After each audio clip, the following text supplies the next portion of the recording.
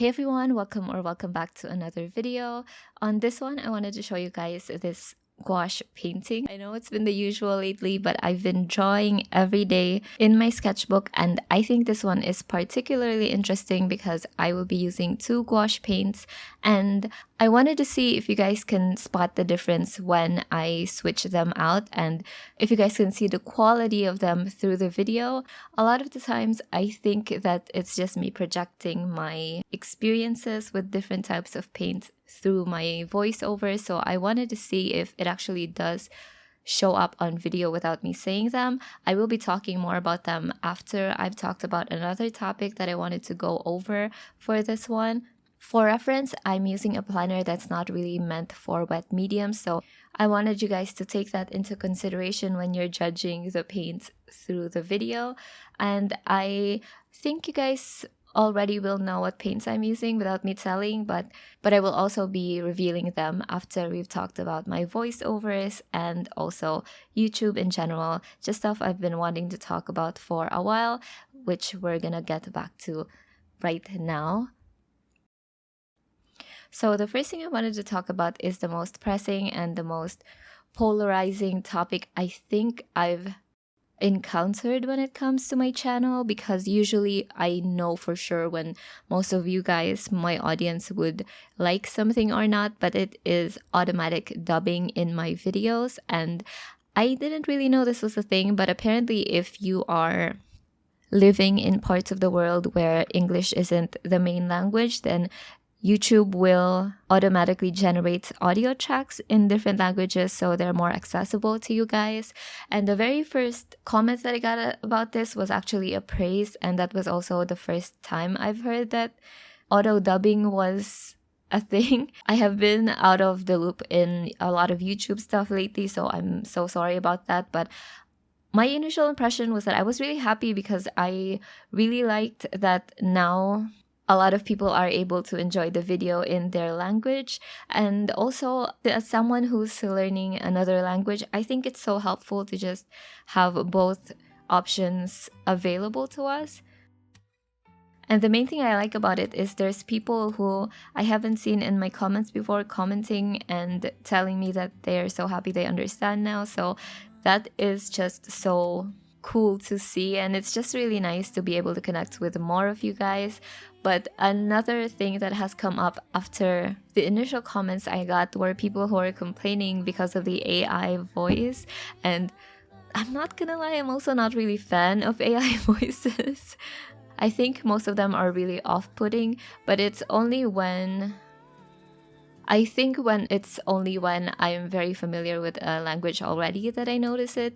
I'm thinking that if I hear an auto dub in Spanish, I wouldn't notice it as much, and I would actually like it just because I'm learning Spanish myself. So I don't really know about this one. For now, I have the option to have it automatically dubbed turned off, just because I have heard more people complain about them, and it's also the people that I actually know and recognize in my comments, so really don't want to alienate you guys. And I so respect you guys' opinions. You've always helped me out when it comes to the technical parts of YouTube videos, and I always trust you guys' comments when it comes to improving my channel. So for now, I do have the feature disabled. You could always disable them when they do turn on for you guys, but the main thing that really turns me off about it is that I don't want new viewers to hear the AI dub and think that that's all there is to the voiceovers. So yeah, that is really mostly my thoughts about the auto dubbing for now. I'm still really on the fence about it because I really can see why people would love or hate it. So let me know what you guys think about the AI dub. I think it's such an interesting topic, and I want to know what you guys think so I can know what to do about it in the future. But another thing that I wanted to talk about in the video while we're here is I want to answer some questions that you guys have for me, specifically about my voiceovers that I've been getting a lot, not just lately, but ever since I started my channel basically. And the very first thing is, why are my videos in English? And that one is actually pretty simple for me, even though I am Filipino and I live in the Philippines. English is still one of the official languages here, and I'm pretty confident that all of my Filipino audience can understand what I'm saying. And I also want to broaden up my horizons, and I've been able to meet new people because I have my voiceovers in English versus if I had it in Cebuano or Bisaya, which is actually my native language. It's a lot harder for me to speak Tagalog, so to keep my voiceovers natural, the only options I really had were Bisaya or English, and since I know Filipinos understand English anyway, that's what I went for. Another common question that I get in my videos is, why do I sound like I'm crying in my voiceovers? I really love this one because I'm always smiling and happy when I'm recording my voiceovers, and when I go to edit them, it does actually sound like that. This is just how I sound like. It also changes because I get sick a lot, I get allergies, and it always affects how I sound. I think it would be better to blame it on that, but I also just sound like this when I'm not sick. So yeah, that's just how I sound. It's just the consequence of using human voices for voiceovers.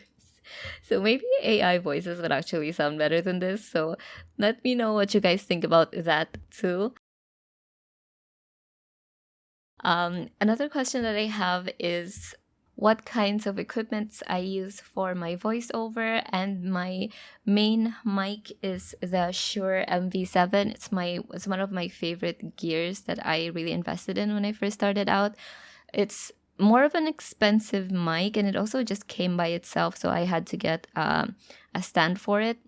But it was a really good investment, and now I don't have to think too much about having crappy quality YouTube voiceovers. So yeah, I use the Shure MV7 no brand mic stand. I will have the links to them in the description if you guys want them. And then I record and edit everything on Audacity, which is a free software. So I'll have that in the description as well. I also do some processing on Premiere Pro for my voiceovers, just because it's easier to remove the background noise on there when I'm already layering it on top of my videos. You can still do that with Audacity, so you don't really need Premiere Pro if you're using another video editing software. So those are the only things that I use and need for my voiceovers.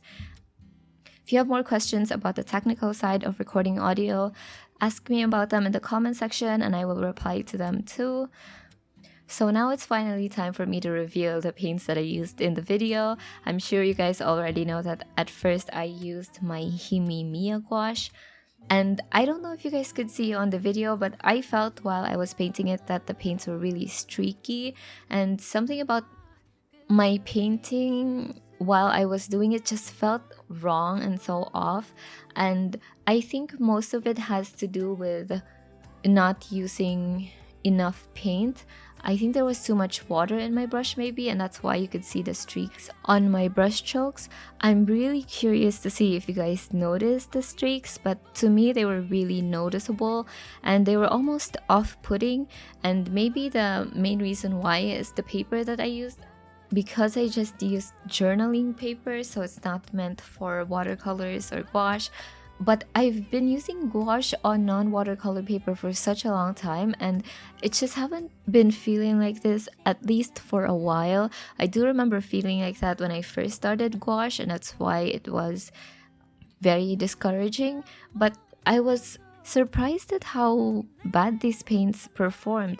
I do suspect that this is just a mindset thing, and maybe the main reason, the actual reason why, is because I've been using my Holbein gouache for such a long time that I just needed time to work with my Himi gouache again. I do know that while it does require a little bit more work than my Holbein gouache, I know that I can get this exact same look that I have right now with my painting using the Himi gouache.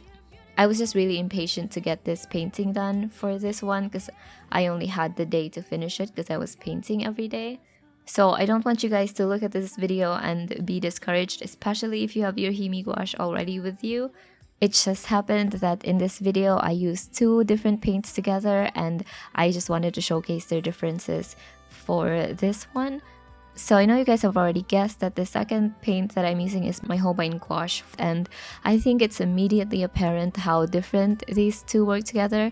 I only did one layer on her skin for her face and it already looked so smooth. I know I had to do 2 or 3 layers with the Himi Gouache just so I can get it to be super smooth, and that's just on her face. So I think when it came to painting her face right here is when the differences between the two really jumped. But outside of that, both of the paints are opaque. They're very movable after they're dry. They basically have all of the qualities that you need with gouache to make it feel like gouache. So yeah, they're equal in that way. It's just sometimes it's cool to see the differences between both of them. And I'm also once again curious if you guys notice the difference visually on the video too without me saying it.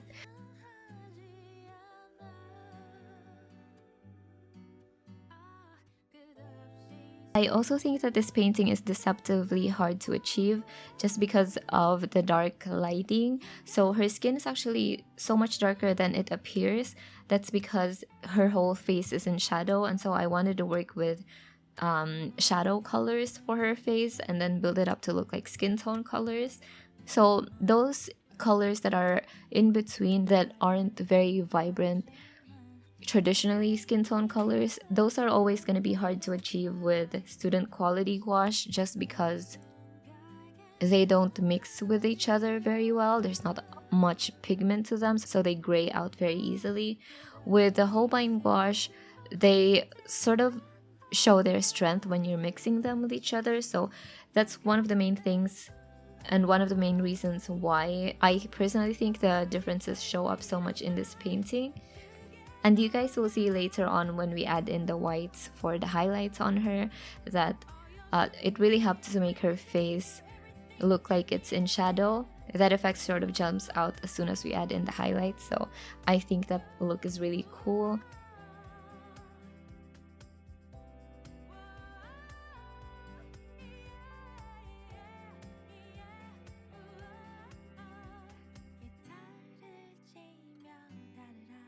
Another thing that I wanted to show too is that I actually really like the streaks that I got with the Himi gouache. So I've decided to keep some of the textures that I got on them. I like on her sweater, and some of the streaks on the painting in general I've actually kept. So even though the Himi gouache doesn't dry out as evenly as the Holbein gouache, it still has its own very distinct look to it that I really liked. And also it will always have that distinctive look that it has going for it. And so yeah, just makes both of these paints really different from each other, and also why I use both of them at the same time for different reasons.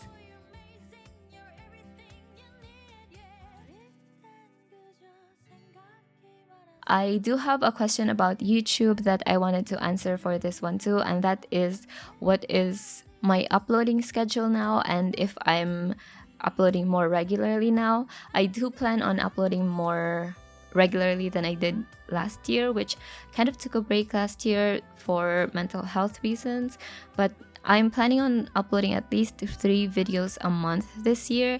And I know I already failed that for my last one, but I did have a good excuse, which is something to do with the technical side on my Patreon videos. But I want to upload at least 3 videos for you guys here on YouTube, and another one on Patreon, which is where I do real-time full tutorials. That link is on the description if you guys want to see that too. But yeah, those are my plans for my YouTube uploads.